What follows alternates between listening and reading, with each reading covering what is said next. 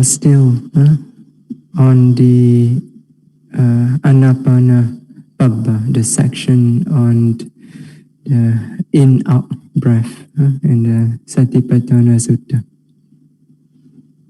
So according to the instruction of the Buddha, how to practice Anapanasati, mindfulness of the in-out breath. So he says, Idda bhikkhave bhikkhu aranya gatova rukamula gatova sunyagara gatova. So that means here in this sasana, a bhikkhu or a yogi, one who wishes to meditate, first he has to go to a suitable place for meditation, a place that is quiet, peaceful, free from human activities and any other distractions, especially distraction from objects, sense objects, whether attractive sense object or depressing sense object, that can stir up the defilements, covetousness and grief. Okay? So you have to repair to such a suitable place. Example given by the Buddha, aranya, forest, or the rukamula, shade of a tree. And sunyagara, empty place. Okay, so empty place would include places like a quiet hillside, or hidden gully, or hidden valley. So, or mountain cave, or a charnel ground. Nowadays, a cemetery, jungle thicket, open space, a heap of straw. So all these places, they are in the secluded places. Okay? A place where you can be alone with nobody around to disturb you, to distract you. Okay? So sunyagara actually means a secluded place. It's an empty place, so it's secluded. Okay? So all these places, even the forest, shade of the tree, it must be secluded. Okay? You have a tree in the middle of a busy park, and that is not a place to meditate. Okay?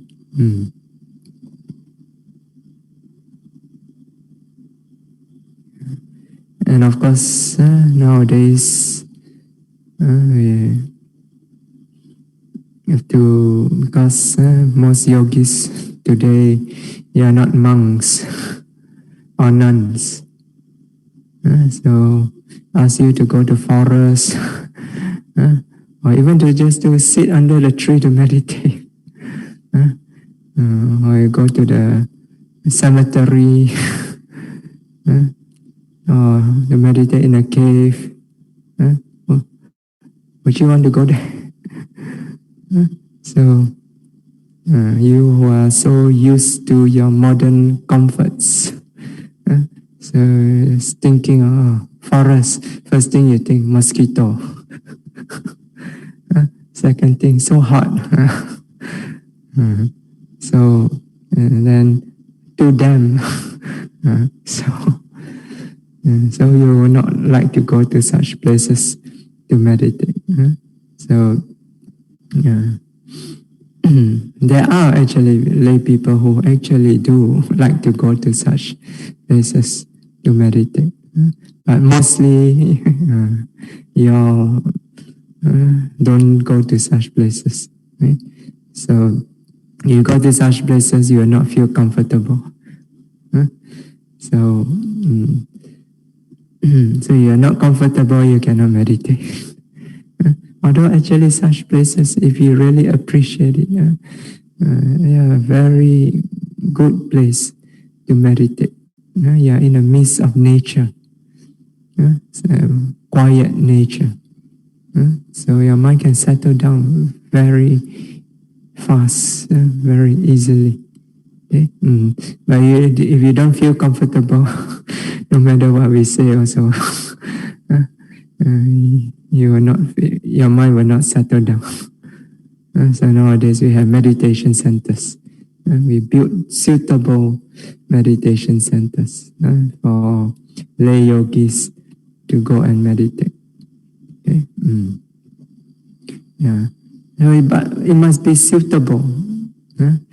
Just because it's called a meditation center doesn't mean it is suitable. I've been to quite a number of places. They say meditation center. But when I go there, I say, goodness, this is not a meditation center. So much activities going on. So much distraction. How can it be a meditation center? Okay? Yeah, so a meditation center must be suitable. Okay? It must be supportive of the practice. Okay? Yeah, that's why you need a yogi to build a meditation center. You ask a non-yogi to build a meditation center, you end up with a community center, not a meditation center. Okay? Yeah. Also, you need a yogi to run a meditation center. Otherwise, again, you end up with all kinds of activities.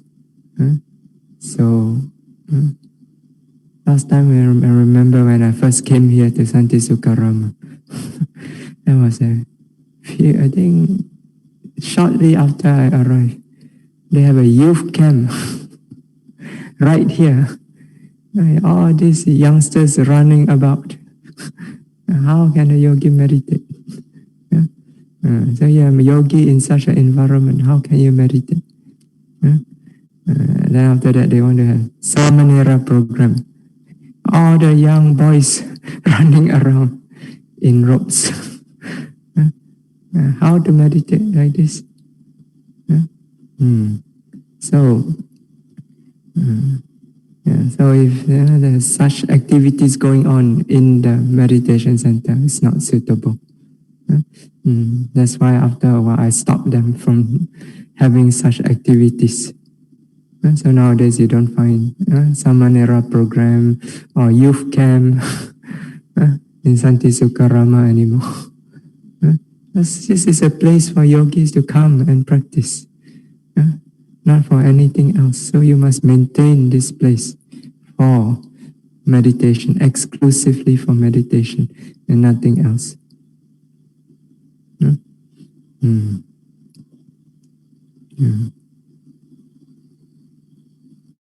Of course, if you want to have such activities, then at that time you have to tell the yogis, now is not the time to come. They can, so that they can go elsewhere. Otherwise, they do not know, and then they come here, and then these activities, how to meditate. They're wasting their time. Okay, they could have gone to another more suitable center. So, but better don't have. So things like samaṇera program, this Buddhist youth camp, there are other centers who can hold such activities. Other more missionary-oriented center. Okay? For a meditation center, you should keep it strictly just for meditation. At most, you can have maybe katina. Or maybe, okay, you can add Vassa day. Otherwise, no. Even Vassa day also, you should hold retreat. Vassa retreat. Not anything else. It should be oriented towards meditation. What is a better time to meditate than Vassa day in honor of the Buddha, right? So, and so if you also if you go to certain places where you have to participate in other activities besides meditation, they say if you come here meditate, you have to participate in other activities. For example, in some places you go, they say you must participate in community sweeping. So now a little bit sweeping is okay. Even here in Santi Sukarama also, yogis are expected to keep their lodgings, their rooms, and also the meditation hall clean. So after breakfast, you can do a bit sweeping around. It's very dirty, and do a little bit mopping. Okay? So that is okay. That one doesn't take very long. You can do it mindfully. It doesn't really disturb your practice. Okay? If you do it mindfully, with clear comprehension. Okay? But if you have to, some places you have to participate several hours sweeping every day. Sweep the whole monastery compound. Imagine I ask you to sweep the whole of Santi Sukarama every day. And then that is really a big distraction. Okay? So, yeah. Because as a yogi, you must spend most of your time throughout the day meditating. Okay? We'll come to that later. So, and of course, the meditation center also must be a place that is relatively quiet. So for Vipassana purpose, relatively quiet is alright. Okay? A little bit noise is not a problem for Vipassana meditation. Okay? So don't be too sensitive. Some yogis are too sensitive. A little bit noise also cannot. So you cannot, right? Dhamma nupassana, the sixth sense base. So hearing. Yeah, you can meditate. The Buddha says in Sutte Sutta Martam Bhavisati, in what is heard, there will be only what is heard. So you can note in this way. So what is heard is just sound. So you can just note sound, or experience a sound, or knowing. Then that's okay, right? So but if you start to think about the sound, this fella, why he speaks so loud? Don't he know I am here meditating? Then that's gone. That is not Sutte Sutta Mattam Bhavisati. Because that is not in what is heard. There will be only what is heard. Now it is more than what is heard. What is heard is just sound, but now you say, this fella talking so loud is more than what is heard. That is the fella there disturbing you. So more than what is heard. So you just hear, it's just sound, it's just sound. Then there's just the knowing of the sound. Finish. The sound come, and then it disappears. Knowing also there, then it disappears. And what is the problem? In the end, there's nothing. All disappear. Right? So relatively quiet. Yeah. But you practice samatha, of course, it must be very quiet. Because for samatha, a little bit noise also, it's a tone to the jhana. It must be relatively quiet with few visitors. So, few visitors during the day. Okay, so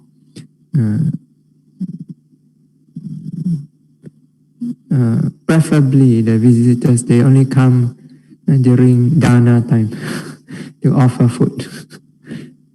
After that, they should leave. Unless they want to meditate. They want to meditate, then they have to keep quiet. Observe noble silence, meditate silently together with the yogis. Okay? You don't meditate, then go back. Preferably, it should be like this. Okay? Or preferably, there should also be a separate area for dana. away from the meditation hall. Okay? A distance away, so that you cannot hear the sound from the dining hall. Otherwise, it will be very noisy, like here in Santi Sukarama. So, yeah, I don't want to say too much. So, because I tried for many years to tell them to keep silent when they come here. So sometimes I go to the kitchen and I shush them. But it only lasts for 1-2 minutes. The moment I walk away, then I come back again. So after a while, I also give up. So I trust the yogi is able to note. So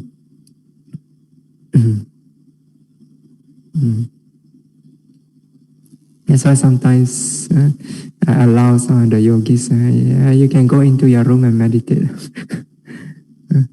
So during, when there are a lot of people downstairs. So, yeah.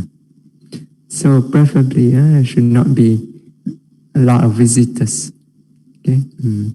So when you are in a meditation center, don't invite your friend to come. So you should also not come for a retreat together with your friend. Yeah. Come alone. You come and meditate together, share, talk. Yeah. Even if you come alone, sometimes you go to a center, then you see your friend there, also talk. So if you know your friend is in that center, you better find another center. Yeah. Yeah. And then the center also must have the proper facilities. So lodging, food. So there must be people every day who arrange the food for you. So you don't have to involve in marketing and cooking, which is very troublesome. So for monks, if there are people cooking there, then you don't have to go out for Armstrong, which is another distraction. Okay, so and then lodging, food, access to medical assistance when it is needed. So here there are doctors in the town. So when you fall sick, you really fall sick, you can ask Sister Sam to bring you there. So yeah, so there must be proper facilities, but it doesn't have to be first class facilities. Your room doesn't need to be like a 5-star hotel room. Don't need to. There's an empty room with a mattress. Enough. So why do you need so many things in a room? Just a mattress enough. Nowadays you have mattress. Last time, many years ago, 20 over years ago, you go to a meditation center, they give you a straw mat. You spread on the floor, there you sleep. Yes. The room also no mosquito netting. At night, the mosquito will come in. Nowadays, the facilities are already so much better. Your rooms have mosquito nettings. Yeah, so you have a proper mattress to sleep on. So that's enough. What else do you need? Right? So it doesn't need to be first class. As long as it serves the purpose, that's enough. So, yeah. And most importantly, actually, it must also be a place where the yogi will be able to practice continuously throughout the day without any interruption. Okay, so in accordance with the Buddha's instruction, Jagariya no yoga. Okay, it means devotion to wakefulness. Jagariya means wakefulness. Okay? No yoga, devotion to. Okay? So devotion to wakefulness. So the Buddha instructed bhikkhus or the yogi, when you meditate, when you're in a retreat, you should observe this devotion to wakefulness. Okay? So what does that mean? So the Buddha explained in some suttas. It says, Katancha bhikkhave bhikkhu jagariyam anuyuto hoti. Okay? And how bhikkhus is a bhikkhu or a yogi devoted to wakefulness, jagariyam. So how is he? How does he practice this devotion to wakefulness?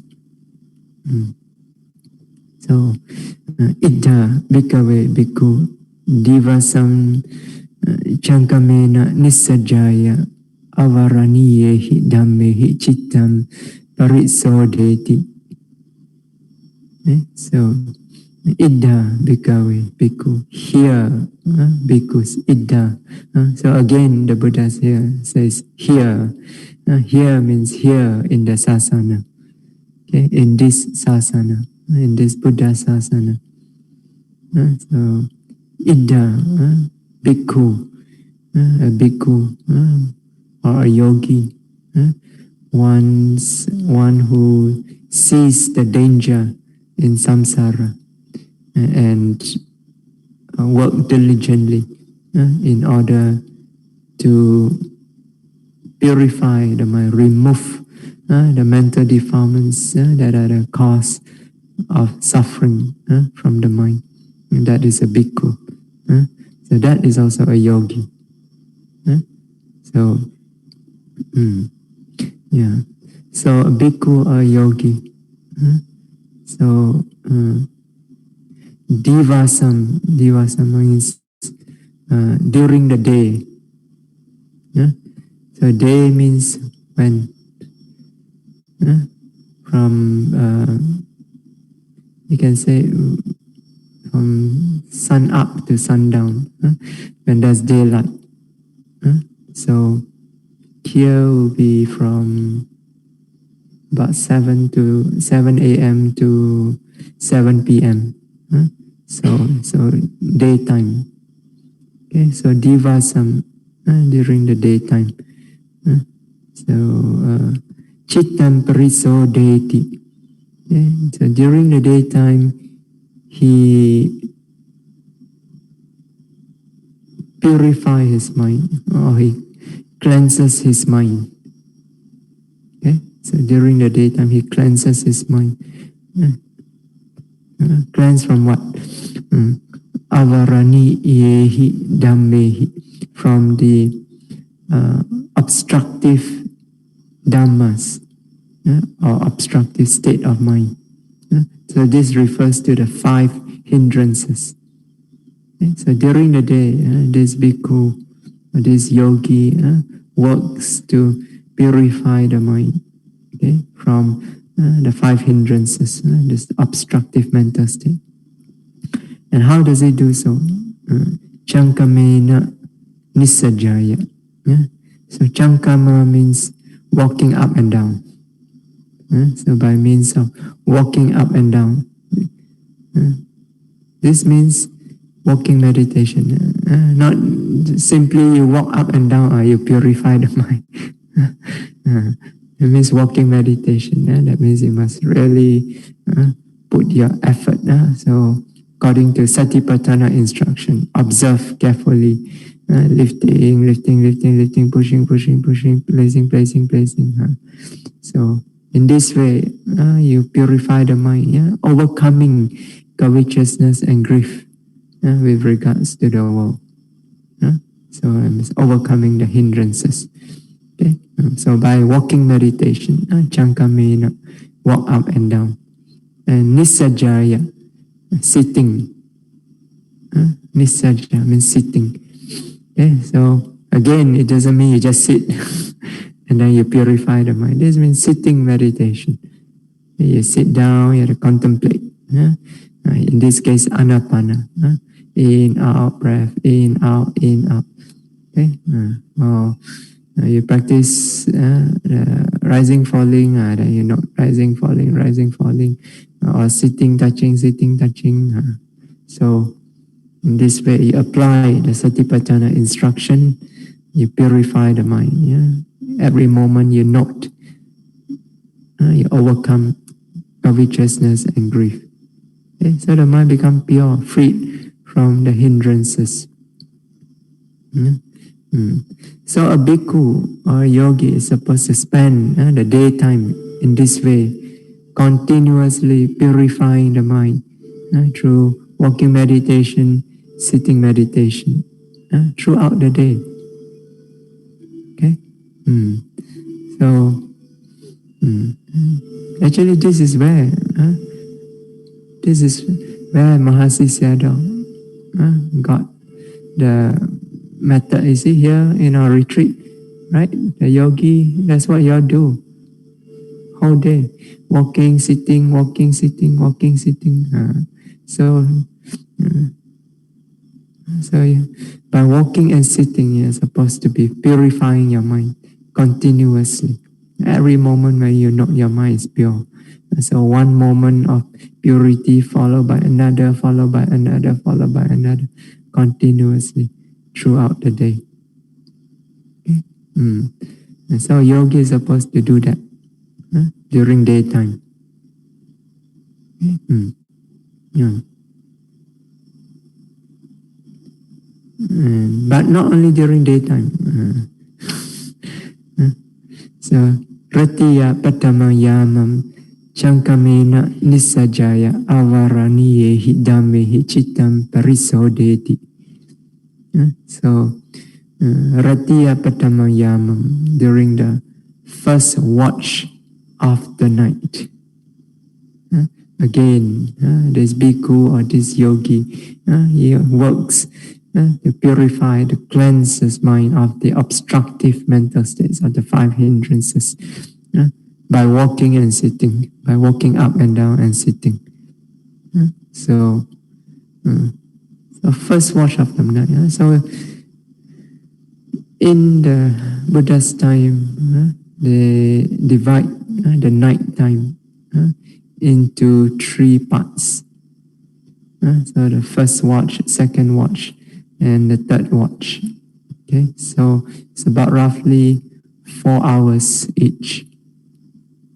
So sometimes you read the books, they say that some Dhamma books, some teachers explain first watch of the night. So it's roughly from 6 p.m. to 10 p.m. Okay, but here in Peninsular Malaysia, it's slightly later because here you see 6 a.m. is still a lot of light, right? So night has not begun yet. So yeah, we are very strange here. You go to other places like let's say in the Sabah, in Kota Kinabalu, by 6 a.m. it's all dark already. So you go to Myanmar also, Yangon, 6 a.m. is all dark already. In Indonesia also, in Jakarta, and also the Yasati in Bakom near Jakarta. So 6 a.m. is all dark already. So the night has already begun. But here in Peninsula, 6 a.m. still light. Right? That's because the government have adjusted our time to be the same as, I think, in same as Hong Kong, for business purposes. So, yeah. So we are, our time is actually very odd here. So last night I do not know this. When I go Myanmar, I say, how come 6 o'clock all dark already? So I thought, oh, your place here very strange. But after going to a few other places, I find it's not they who are strange, it's we. In Peninsular Malaysia, that is strange. So for us, the first watch of the night begins somewhere around 7. So it's more like 7 to 11 p.m. First watch of the night. So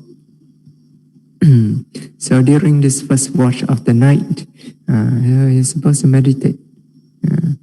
Meditate continuously. What time you go to sleep?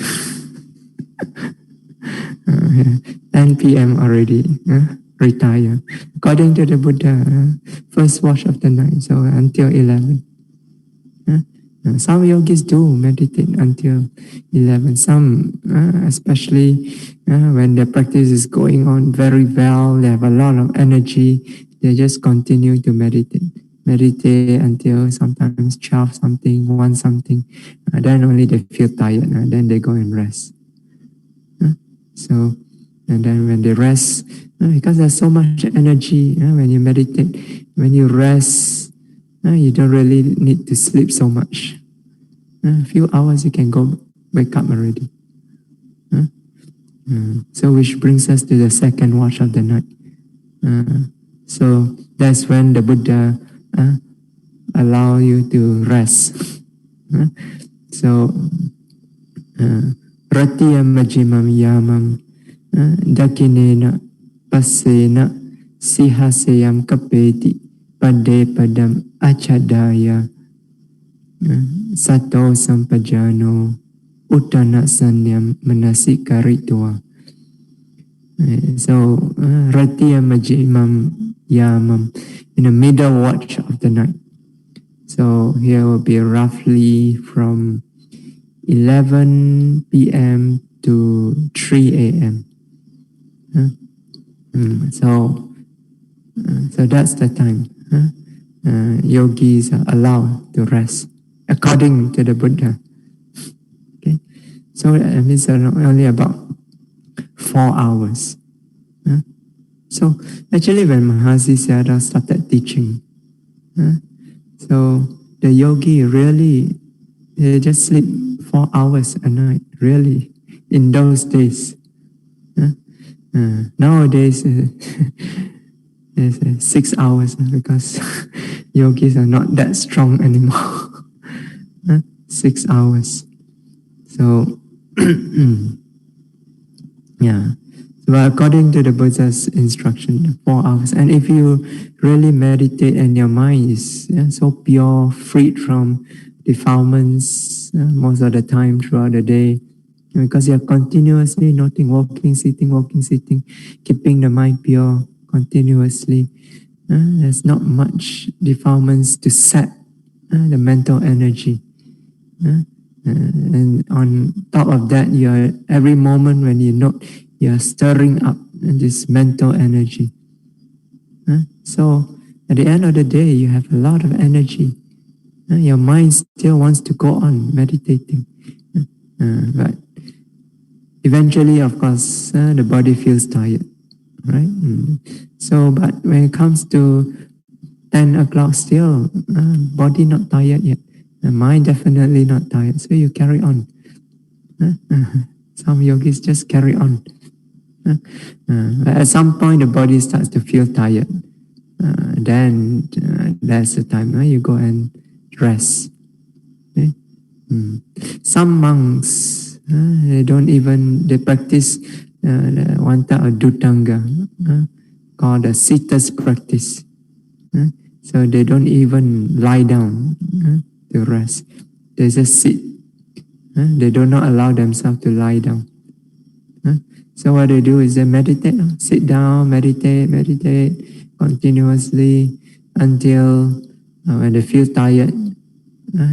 So in the sitting posture, they rest. When you are so tired, even sitting there, you can rest. And they can hold their posture up while they are resting. Because they've been continuously meditating, you see. So they just sit there and then they rest. The moment they have enough rest, immediately wake up, immediately resume meditation. Right there, because immediately they are in a sitting posture. You see? Some monks do that. So that's called the sitter's practice. So here the Buddha says in the middle watch of the night. So dakinena pasena sihasaya kapiti. So this yogi lies down on the right side, assuming the what they call sihasaya, the lion posture. So pade padam achadaya. So he arranges his two legs, one on top of another. So you all know the lion posture. You have seen the image of the reclining Buddha. That is the lion posture. So he lie down on the right side. So the legs are arranged one on top of another. But not exactly one on top of another. One leg is extend out a little further than the other leg. Okay, so otherwise the knee bone and the knee bone, I mean the joints there, the joints at the knee will be pressing against each other, and also the two, what you call, the feet there will be pressing against each other. Then pain will arise very easily. So actually, one leg is slightly extended further than the other, so that they do not rest exactly on each other. Okay? And then on the lying on the right side. Okay? So they say this is the lion posture, but I'm not sure whether lion do lie down in this way. So I've seen cats. Cats, they do lie down in this way. So, but not necessarily on the right, I think. But they do place their two legs on top of each other. The hind legs and the forelegs both are placed together. They don't do like that. Okay? So, and then they rest. Sometimes in the afternoon, you see the cat when they are resting, they rest in this way. So, now, according to the commentary, they explain this further in the commentary. Again, they explain the behavior of the lion, which I do not know whether lion do behave in this way or not. It says that in the commentary, it says when the lion sleeps, he lie down. Okay? They will first, before they go to sleep, they observe the position of their limbs. The forelimbs, the hind limbs, the tail also. See where it is placed. So they note the position of the body. And then after that, they go to sleep, they lie down.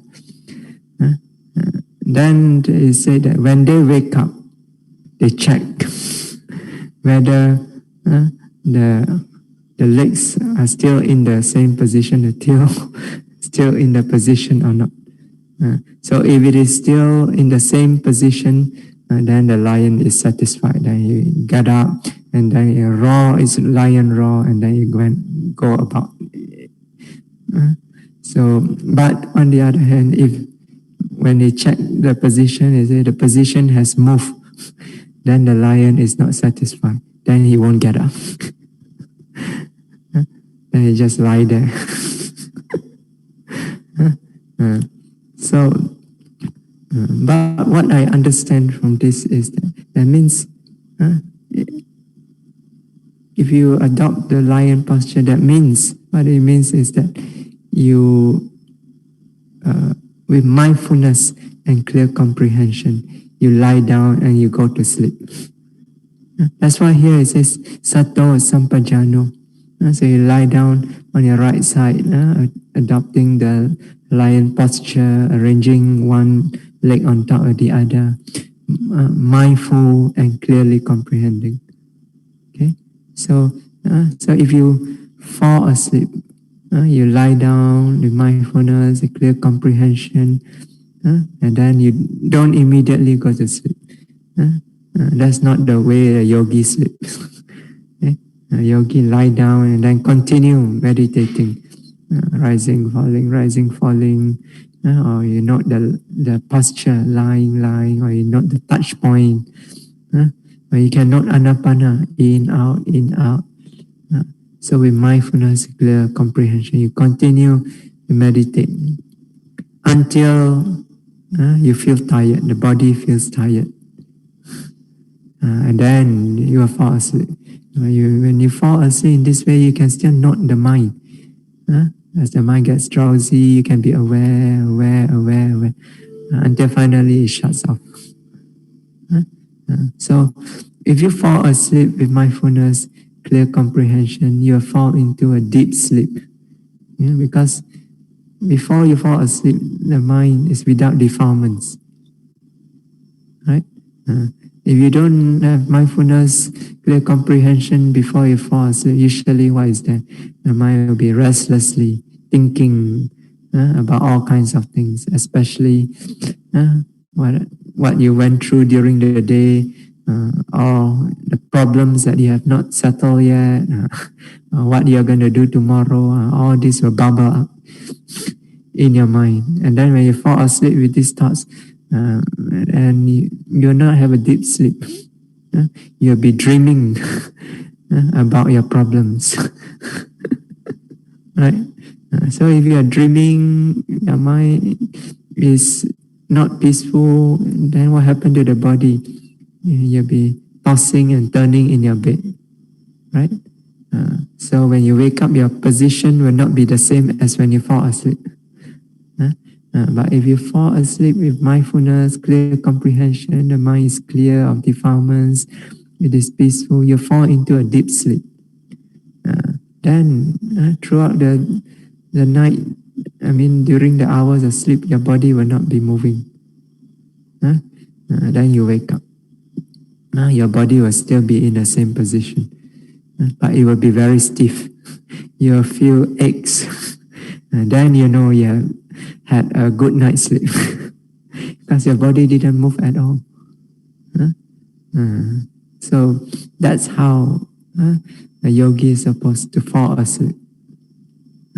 So from what I understand, this explanation, the commentary, lion posture does not necessarily mean you have to lie like that, like the reclining Buddha.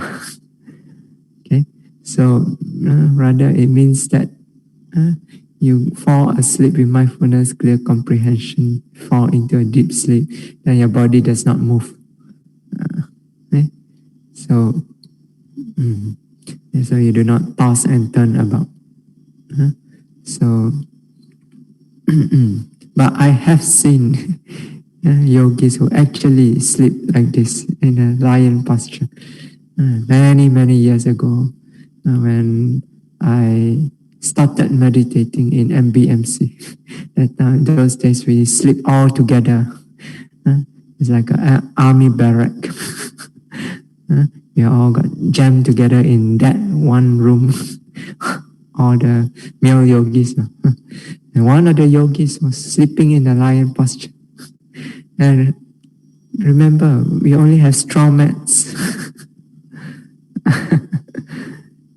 So, but he was a very diligent yogi.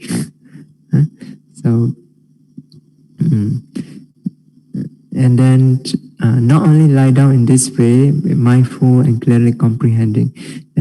Uttana sanyam manasikaritva. That means manasikaritva.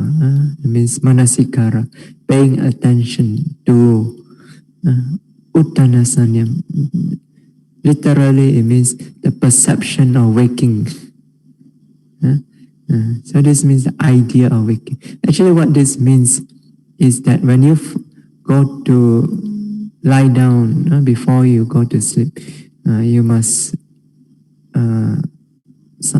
something like make a determination. At this time, I will wake up. Like the yogis here, you must set the alarm clock inside. At 4 a.m., I will wake up.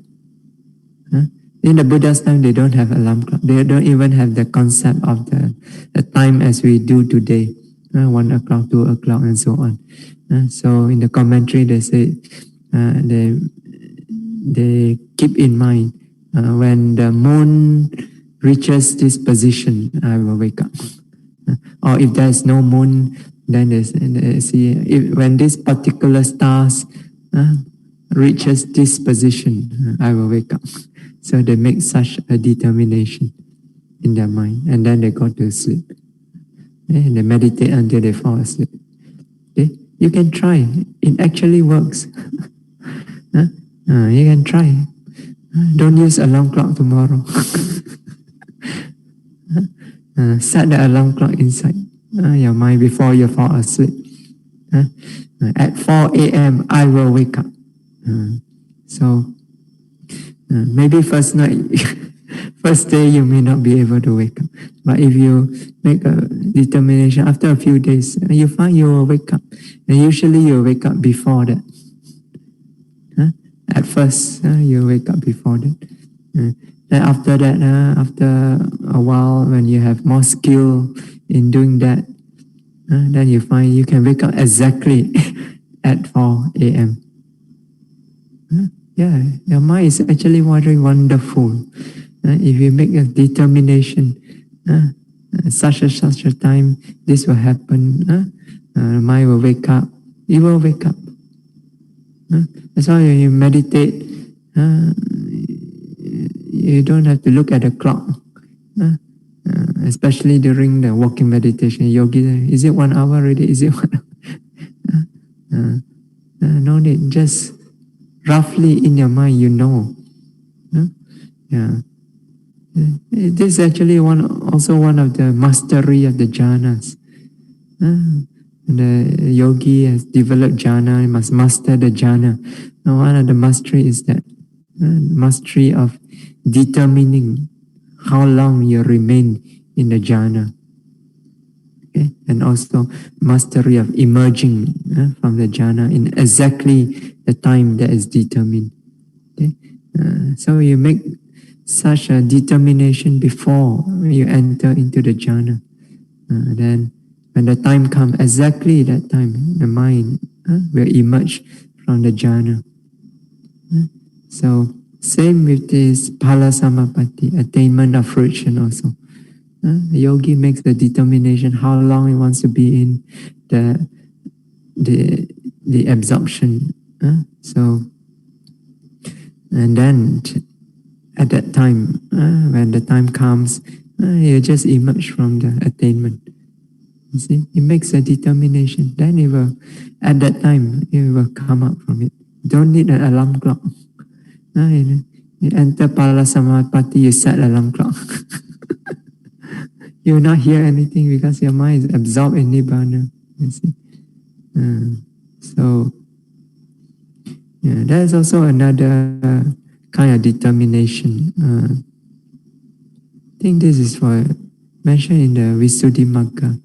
For those who are, if I remember correctly, entering into Nirodha Samapatti. This is more for the monks who enter into Nirodha Samapatti, attainment of cessation. So they have to make, one of the determination they have to make is that when the Sangha needs me, so they make a determination, 7 days they enter. But they make another determination. If during this period the Sangha should need me, need my presence, I will wake up. I will emerge from this attainment. So there's this story in the Visuddhimagga. There's monks make this determination, and then the Sangha really needs him. Then they send somebody to go and call him. They say that when the person arrived near him in his presence, immediately he got up. So, yes, the mind can know things. Yes. Yeah. So when you sleep, you make a determination. This time I will wake up. This is called Uttana Sanyam Manasikarito, paying attention to the time of waking up, to the idea of waking up. Okay, so 4 hours, you get to rest. So that's the Buddha standard. So actually nowadays we fall short of the Buddha standard.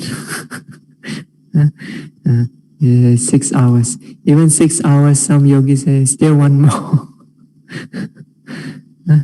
So, but usually after you spend some time in a retreat and you have been practicing diligently, continuously, you find automatically you need lesser and lesser sleep. Okay? So, then after you wake up, what do you do? Then the third watch of the night. So, Ratiya Pachimam Yamam Pachuttaya Chankamena Nisajaya Avaraniye Hidamehi Chittam Parisodeti. So in the third watch of the night, after awakening, after waking up again, spend the time purifying the mind, cleansing the mind of the obstructive mental states by walking up and down and sitting. So, evam ko bhikkhave bhikkhu jagariyam anuyutta hoti. So in this way, a bhikkhu is devoted to wakefulness. Okay, so wakefulness. Throughout the day, he remained wakeful, sleeping only in the third watch, the second watch of the night. Okay, the rest of the day he spends meditating, meditating continuously, walking, sitting, purifying his mind, moment after moment after moment throughout the day. That is how a yogi is supposed to spend his or her time during a retreat. Okay, so therefore, a meditation center that you go to must allow you to do this. Okay, so it must not be a place where you have to do other things other than this. Okay, but of course you have to eat. That one no choice. You have to wash up, clean up. So as long as you don't take too much time, the rest of the time you must be spending walking, sitting. So purifying the mind, developing your practice. So a meditation center that do not allow you to do this, that is not a suitable center. Find another center. Okay? So of course there are also other considerations for a meditation center. So the weather in that place, is it suitable or not? Especially the weather should not be too harsh, too cold or too hot. If that's the case, then you find when you meditate, you are always fighting against the elements, fighting against the cold, fighting against the heat. So very difficult for the mind to settle down. So the weather should be moderate. Not too hot, not too cold. Okay, suitable also for the body, your constitution, physical constitution. Okay, so so sometimes they talk about this people with heaty body, people with cold body. For example, myself, my body is more of the cold type. So, so I cannot meditate in a place that is too cold. His body is already cold. Huh? So I don't take cold very well. That's why in the morning you see, 5:30 a.m. you all switch on the fan. I have to wrap myself up in ropes and cover my head. So, because the body cannot take too, even a little bit cold, it doesn't feel comfortable. So the place also must be suitable to your body.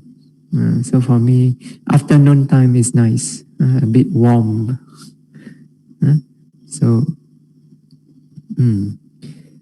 also must be suitable for your temperament.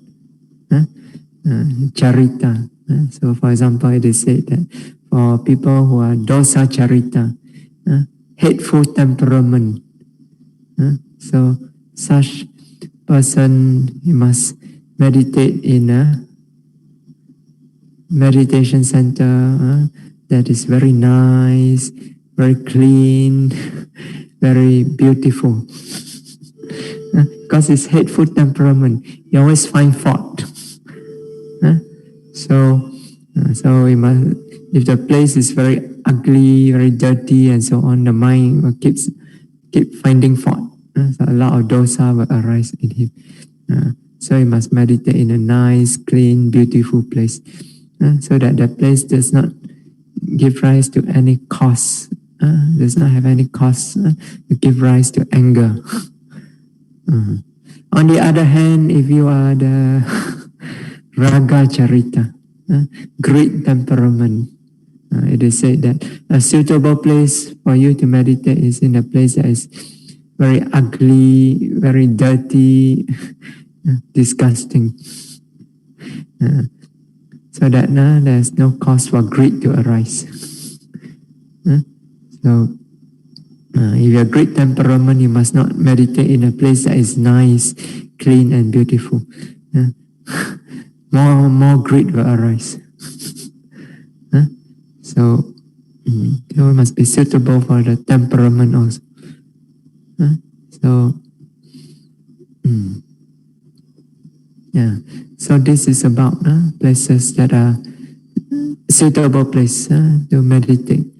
Okay, so you must find a suitable place to meditate, place that can support your practice. Also it says place where you meditate and then your meditation improve. Before that you don't have concentration. You go there, or the concentration is established. Before that you don't have mindfulness. You go there, you meditate, your mindfulness is established. That is a suitable place to meditate. So it is said that if you find such a place, even if they chase you away also, you must insist you want to stay. Yes, the Buddha says that. So on the other hand, there are places where it's not suitable for you. You meditate there, no matter how much effort you put there, your mindfulness cannot improve, your concentration cannot improve. That is not a suitable place. So sometimes there are places like this, you see. In the one sutta, I can't remember the name of the monk. He was serving as the Buddha's attendant at that time. That was before Venerable Ananda became the attendant of the Buddha. So there was another monk, I can't remember his name, but he was attending to the Buddha at that time. So, and then when they arrived in this place, and then while he was going out for alms round, he saw this place somewhere in the forest, which is very nice. And when he saw the place, he immediately likes the place. It's also a secluded place. So he wanted to go there and meditate. So he went to ask permission from the Buddha to meditate. But the Buddha knew, although he likes the place, but the Buddha knew that place is not suitable for him. So the Buddha tried to dissuade him from going. He said, wait first, wait for another monk to come to attend to me first. But he insisted. He said, I want to meditate. So the Buddha says, since you insisted you want to meditate, okay, I cannot stop you. Go and meditate. So he went there, but try hard to meditate. His mind just cannot settle down there. Even though it was a very nice, peaceful place, he cannot meditate. Then he went back to the Buddha.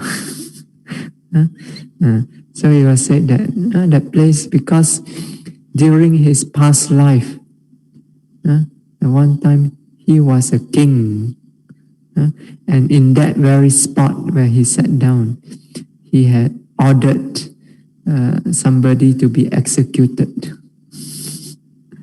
You see, so therefore that place has got some memory for him from his past life.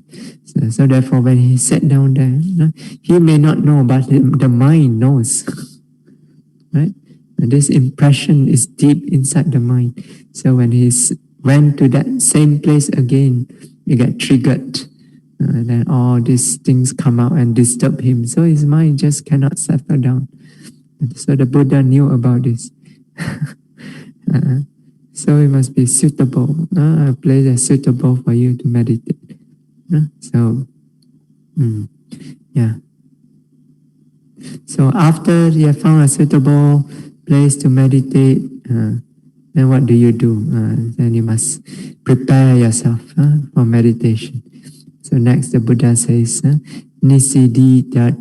Nisidati palankam abujitwa ujum kayam panidaya parimukha satim upadapetua. So nisidati. So when you arrive there, nisidati, you sit down. You don't arrive there, you look around, oh, very nice, very good. Immediately you start meditating. Nisidati, sit down. Palangka abujitwa, fold the legs crosswise. Then ujung kayam panidaya, keep the upper body upright. And then parimukha sati upadapetua, direct mindfulness to face the object of meditation. Okay? So you prepare yourself by adopting a suitable posture to meditate, and then prepare the mind by directing the mind to face the object of meditation. Okay? Okay. We'll discuss more about this in the next Dhamma talk. We stop here tonight. Imaya Dhammanu Dhamma Patipatiya Buddham Pujemi. Imaya Dhammanu Dhamma Patipatiya Dhammam Pujemi. Imaya Dhammanu Dhamma Patipatiya Sangham Pujemi. Imaya Dhammanu Dhamma Patipatiya Mata Pitunam Pujemi. Imaya Dhammanu Dhamma Patipatiya Acariyanam Pujemi. Adha imaya Patipadaya Jaram Ranamha Parimocesami. Idame punyam asawakaya waham hodu. Idame punyam nibbanasa Pachayo hotu idame silam Magaphalanyanasa Pachayo hotu imam no punya bhagam sabbasatanam dema imam no punya bhagam sabbasatanam dema imam no punya bhagam sabbasatanam dema sadhu sadhu sadhu. And so may all of you be well, happy and peaceful always. May you all always be safe, be strong, be healthy. May you all be able to continuously practice the Dhamma without any obstacle, without any trouble. May your practice of the Dhamma always be smooth, and may you all soon be able to experience the unconditioned peace of Nibbana through your practice of the Dhamma.